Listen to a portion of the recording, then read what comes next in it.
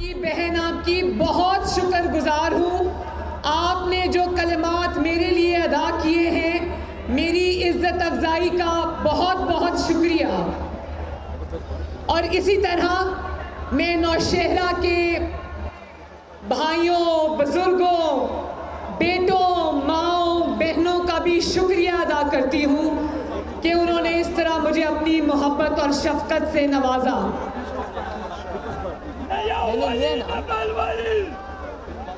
और मेरे साथ मेरा ये शेर इख्तियार वली खान खड़ा है।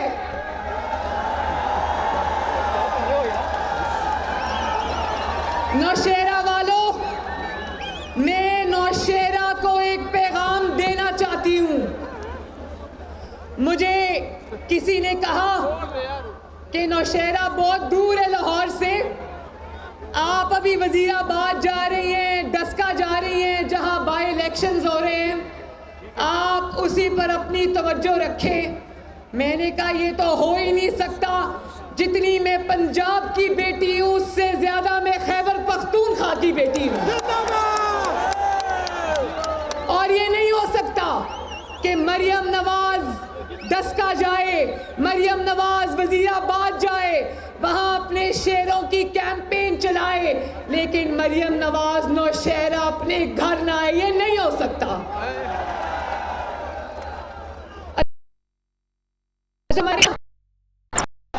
ये आपको भी उतनी उर्दू आती जितनी मुझे पश्तो आती है।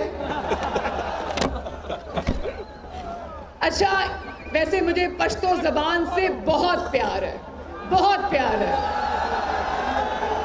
एक बात बताऊं, हमारे घर में जब खाना लगता है तो रोटी खत्म हो जाती है तो मेरे वालिद कहते हैं रोटी रावड़ा, रोटी रावड़ा।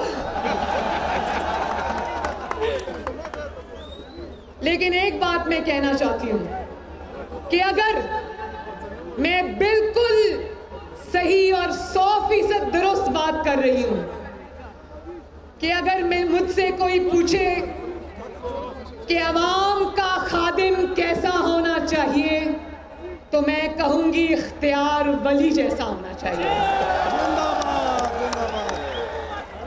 इख्तियार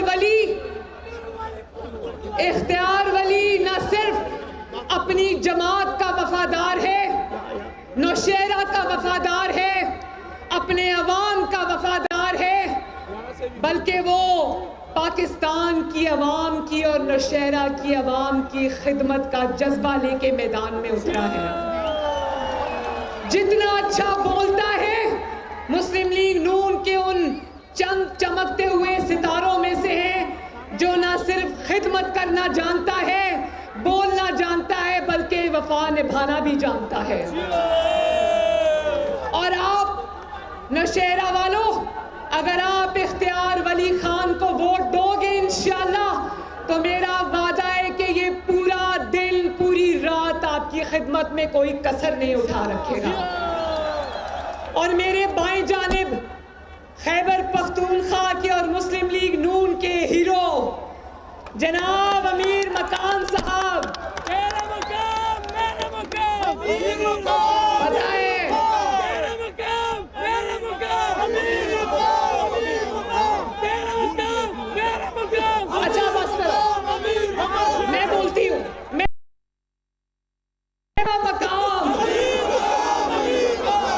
इंशाअल्लाह जो तेरा मकाम और मेरा मकाम है, कल खैबर पख्तूनख्वा मकाम भी यही होगा इंशाअल्लाह। मुझे बड़ा अफसोस है कि इनके साथ जो हुकूमती जबर और ज्यादती हो रही है, इंतकाम का निशाना बनाया जा रहा है, बल्कि यूं कहना चाहिए कि नैब गर्दी का निशाना बनाया जा रहा है। इनको और इनके खवातीन को, इनके खानदान के बच्चों को, तो इंशाअल्लाह वो वक्त दूर नहीं जब अवाम भी नैब को अपनी इंतकाम का निशाना बनाएंगे। वो वक्त दूर नहीं है इंशाअल्लाह। अच्छा, तो अब देखो, मुझे जितनी हमदर्दी पंजाब से है, जितनी हमदर्दी सिंध से है, जितनी हमदर्दी बलोचिस्तान से है, उससे ज्यादा हमदर्दी मुझे खैबर पख्तूनख्वा से है। पूछो क्यों? पूछो क्यों? इसलिए कि जो नाअहली, नालायकी, चोरी, डाका, डकैत पाकिस्तान पिछले 3 साल से सह रहा है, खैबर पख्तूनख्वा वो पिछले 8 साल से बर्दाश्त कर रहा है। जरा अच्छा भला हुआ चलता हुआ पाकिस्तान था मेरे भाइयों।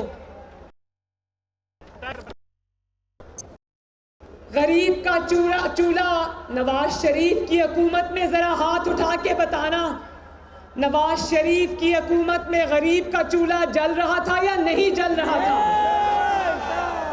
सड़कें बन रही थी या नहीं बन रही थी? मोटरवेज बन रही थी? एक सूबे को दूसरे सूबे के साथ, एक सूबे के दिल को दूसरे दिल के साथ जोड़ा जा रहा था या नहीं जोड़ा जा रहा था? आपके खाने पीने की अशिया जिनके अंदर आटा, चीनी, दालें, सब्जियां, अंडे शामिल थे, सस्ती थी या नहीं थी? बिजली के कारखाने लग रहे थे या नहीं लग रहे थे? लग रहे थे। गैस और पेट्रोल सस्ता हो रहा था या नहीं हो रहा था? मुल्क तरक्की कर रहा था भाइयों, नौशहरा के भाइयों, मुल्क तरक्की कर रहा था।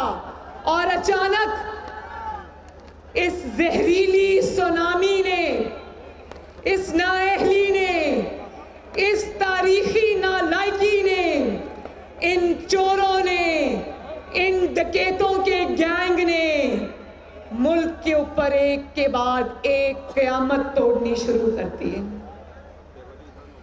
एक शख्स जो अवाम के वोट पर डाका डाल के सिलेक्टर्स के जरिए 22 करोड़ अवाम के सरों पर मुसल्लत हुआ, उसका नाम तो बताओ जरा। भाई, कोई कहता है तालिबान खान, कोई कहता है ताबेदार खान, कोई कहता है महंगाई खान, कोई कहता है नाकाम खान, कोई कहता है नालायक खान, कोई कहता है नाअहल खान, कंटेनर खान। अब कंटेनर खान। अब बताओ मैं किस किस का नाम लूं? और आज यकीन मानो दिल रोता है, आपकी हालत देखकर दिल रोता है। आज गरीब की तो क्या, मतवसत तबके और अमीर की हालत देख के भी दिल रोता है। आज रेड़ी वाला भी बेहाल है, आज दुकान वाला भी बेहाल है। अच्छा, एक और बात बताऊं, जब मैं इस जलसा गाह में आ रही थी, नौशहरा के बाजार से गुजरती हुई, तो यकीन मानो मैंने खुद देखा, मेरे साथ मरियम औरंगजेब साहिबा थी। मैंने कहा, मरियम ये जरा देखो, रेडियो पर